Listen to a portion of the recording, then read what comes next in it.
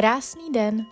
Mé jméno je Bára Dvořáková a vítám vás u poslechu podcastu Na kafe na čaj, v němž rozmlouvám s tvůrci a kreativci o tom, jak si ve svém přeplněném diáři hledají místa pro lalkování, jak zpomalují rozjetý vlak se jménem každodenní život a jak si dopřávají chvilky odpočinku. Protože lalkování je nedílnou součástí nejen kreativních procesů, ale i spokojeného života. V dnešním díle jsem si povídala s Táňou St. Lawson, dobrodružnou duší, průzkumnicí, cestovatelkou, bojovnicí a čarodějkou dlící v Prečetově kraji, pod bílým koněm v zemi pod vlnami. Rozhovor probíhal kde jinde než ve vlnách, konkrétně v japonské sedací vaně, s čajem v ruce, smíchem a s lalkovací náladou. No, nemohli jsme nahrávat v sauně předevčírem, ano. Protože tam bylo moc velký vedro a moc velká ta pára. Tady je to něco lepší. Tady je sice hodně páry, ale už tady není takový vedro jako v té sauně, no. Já jsem v té sauně už potom ani neměli tu energii na to myslet a mluvit. Přesně tak. Mm-hmm. Tak, Táni, co je pro tebe odpočinek? Odpočinek? No. V tvém velmi zaneprázdněném životě. No, pro mě je to absolutní zastavení do ticha a do prostoru. A užití si toho momentu a užití si všech těch... Jsme mluvili o požitkaření z té absolutně skvělé a terapeutické stránky. Takže vychutnat si čaj, podívat se na oblohu, být v klidu, nebýt bombardována spoustou věcí, uklidnit si tu svoji mysl. Takový ten požitek z pohybu, požitek z nepohybu, dobré jídlo, dobré pití, zelený čaj, tvoření, anebo jenom prostě takové pití. Já se přiznám, když jsem byla v Číně, v tom templu, tak nám Shifu všem udělal čtení z I Chingu, z knihy proměn. A to pro nás mělo být jako vzkaz od toho mystéria, co je pro nás důležité, nebo co nás v tu chvíli, co je pro nás esenciální. A všichni mi připadali, že mají takový jako graciezně, takový velký věci. A mně vyšlo preponderance of little things, to znamená spousta malých věcí. Tak na chvíli moje ego udělalo takový to jako je všechno, jo. A pak, když se to ego jako udělalo si to svoje tantrum půlminutový, tak mně došlo, že to je vlastně jako velký věci se skládají z malých věcí. A když si ty malé věci neužijeme, tak nám utečou.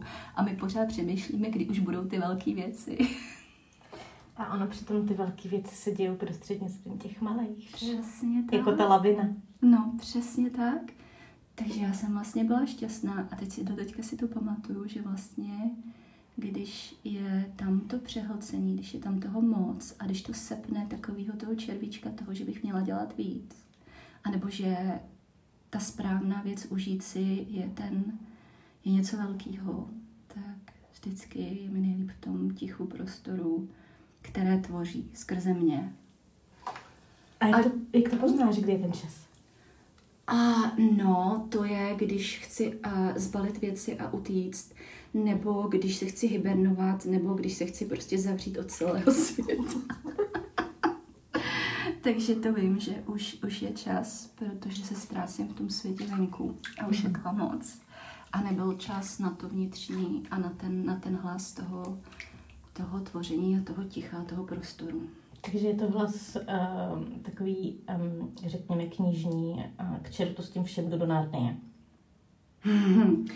Asi i řekla bych, že se to tak překládá potom skrz ty slova do té hlavy, ale ten základní vnitřní pocit, z kterého tohleto vyvěrá, je takový ten pocit, že mě něco dusí a omezuje a že ta přirozená svoboda a divokost, taková ta esence toho bytí, je strašně omezená a udusená a že už se mi v tom špatně dýchá. Že ono mi to vlastně nejdřív řekne to tělo. Mm-hmm. A to se pak jakoby překládá do těch myšlenek, které můžou znít takhle. Přesně. Já to řekla ještě učesaně, ono to je trošku vulgárnější, tady tohleto saying. Máme čistý nahrávání. Museli bychom to vypípat. Tak, já bych řekla, že by to lidi asi snesli, ale jsme dámy v hrabství Oxfordshire. Starém hrabství, to tak. Víš, když jsi mluvila o tom templu, jak tam kombinují to vlastní cvičení s tím nic? Protože si myslím, že tam s tím určitě musíte nějakým způsobem pracovat. Tak jestli to tam protkáváte dohromady, anebo jak to... Ale ono je to přesně, protože je to taoistický temple, tak oni tam používají tu taoistickou science. A on se vlastně říká to yin and yang, že když yang dosáhne svého vrcholu, svého jakoby největší intenzity, tak se přirozeně v té přírodě začne přiklápět do yinu. A ono je to vlastně jako s tou katarzí, takže my jsme tam dostávali ty povely a teď jsme fyzicky strašně moc makali až do dopadnutí, jako do těch nejzadších hranic, člověk si šáhnou na dno a zároveň s tím ti vyběhnou všechny ty myšlenky, programy, ty emoce, takže vlastně vevnitř je taky jako zahlcení a je to peklo, vevnitř se toho děje strašně moc. A najednou, když to dosáhnete určité intenzity a když s tím zůstaneš, jako když se k tomu snažíš utíct, nebo do toho zbytečně šťourat, nebo cokoliv, vlastně nemůžeš utíct, protože to je prostě tam přijela. Tak najednou, v jednom momentu se tenhle ten aktivní yang prostě najednou překlopí do toho jinu a najednou se dotkneš toho bodu uvnitř, kde je absolutní stillness a absolutní ticho. A najednou je to takový, a z toho bodu to najednou začne jakoby se rozlínat do zbytku té bytosti, která do té doby i do těch jako rožků, které do té doby byly zaplavený vším tím, jak se to řekne slušně, bychom to řekli, všema těma náplavama, vším tím rabišem. A najednou je tam to ticho. Najednou je tam ten yin, ten prostor, takže z toho sevření, z toho strašně velkého naplnění, tenze a overwhelmu najednou je tam to ticho, prostor. No a pak vlastně druhá část, jak to taky je, že je to fyzické cvičení, je tam analytické cvičení, ale pak jsou tam části dne, kdy je tichá meditace v templu. To je většinou hodně jakoby pozdě, už kdy se končíme v 10 hodin večer. A od 10 do 11 vlastně sedíme v tom templu. A ono je to trochu jako tohle, akorát bez té vany, jenom s těma svíčkama, tím příšeřím. A najednou celý ten den, i ten celý den prostě byl yangový a teď, jak zapadlo to slunce a blížíme se k půlnoci, tak se blížíme k tomu jinu. A zároveň s tím se jako člověk slaďuje s tím rostoucím jinem okolo, v tom prostoru, v té přírodě, ten jinem toho dne, noci, cyklu a vlastně proaktivně s tím pracuje, jakože do toho vejde a zůstane s tím. A to je taky jin. No a pak druhý den vlastně díky tomu může být zase aktivní s tím východem toho slunce, toho yangu vstávajícího, protože přes noc na něj působí tenhle ten klid, to ticho, ta meditace, to ponoření hluboké, vědomé do toho jinu. No a zase to může jít do toho yangu a tak je to pořád v cyklu a opakuje se to. Čili v podstatě aplikovatelné na náš každodenní život. Absolutně. Akorát, že je to těžší, no. Protože je to těžší, protože... Příliš mnoho podnětů. Sabotérů. Jo, no těch. A strašně moc, jak bych tomu říkala, hlmozu, zvuků okolo, stimulej z těch podnětů. Mnohem víc, než tam jako na té hoře, že jo. Tam to máš hlavně ze své hlavy. Nebo z toho, že je ti zima, nebo že je ti vedro, nebo že se cítíš jako úplný blbec. A nebo že máš pocit, že nejsi dost dobrá, že to nikdy neuděláš a že na to nemáš a že to vlastně byl blbý nápad a proč tady vlastně jsi a všechno tohleto. A tady v té společnosti dole, jak se říká v tom red dust, v tom červeném prachu, tak tady je to ještě o to víc. Proto on ten šifu nás pak posílá dolů zase do toho údolí. Aplikovat všechno, co jsme si tam vyzkoušeli, naučili a učit se tady v té velké škole. Ale je to aplikovatelné, jenom se člověk musí najít, jak to aplikovat a nemít takový ty očekávání, že to bude úplně ve stejné formě, jako tam nahoře. Ano, nemít očekávání, nevytvářet si domněnky a nechat to plynout. Takže vlastně je velice jednoduché, ale v akci je to strašně těžké. Ano, vyžaduje to silnou vůli, akorát někteří z nás mají velmi silně vyvinutou slabou vůli. Ale to je taky umění, ne? No, ale ono se to s tou disciplínou taky nemůže přehánět, protože pak se člověk dostane do takové křeče, že to cítí v těle, no, tu tenzi.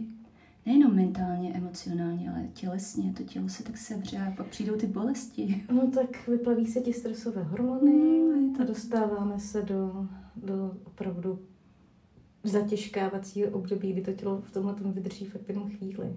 A když v tom má držet dny, týdny, měsíce, roky, tak jsou pak různé krásné autoimunitní nemoci a vůbec. No, to tělo si pak řekne, a tady dělám tu čáru, dlouho jsem ti dávala, nebo dávalo informaci a teď potřebuješ jít do toho jinu, do toho ticha, do toho klidu, zpomalit. A hlava pořád říká, ne, musím být výkonná, jako všichni ostatní kolem mě. Ano, přesně tak. A když se mi tohleto podaří, se dostat do této smyčky, tak mě většinou sejme nějaká nemoc. Já to mám to samý. Já to většinou, mě to jde přes tu somatiku, mě to jde přes to tělo. A mě to strašně vždycky štvalo. Cítila jsem se kdysi dávno jako velká oběť, ale já jsem za to vlastně moc vděčná. Protože já jsem měla obrovský migrény.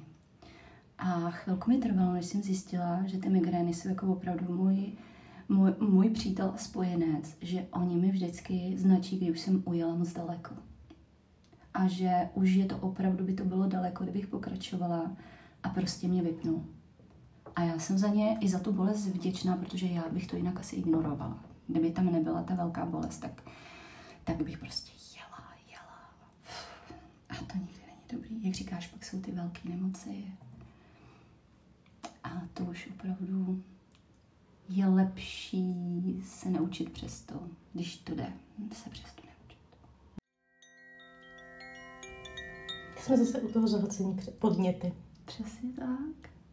Ale všeho moc, jak říkali modří předkové a jak říkají ty ataoisti, že všeho moc škodí. Že alchemisti říkali, že co je medicína, když je toho moc v nesprávném místě a nesprávném. Přesně, tak je z toho jed.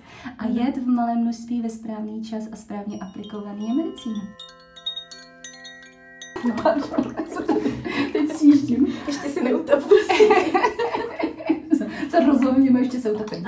Ale ty můžeš první pomoct, ne? Jo, já jsem plavčík, sice mám propadlý papíry, ale já bych plavčík japonský majet, kouzal. Teď dívej se, jaká je tady hloubka, ty. No, se bojím, že mě sežerou rybičky. Ještě, že tady žádný nemám, aspoň doufám. No, co ty víš? Nikdy nevíš, co tady vyčarujeme. Ale 2 čarodějky v jednom japonském tom básnu. Ale ještě píseň nespívám. Proč ne?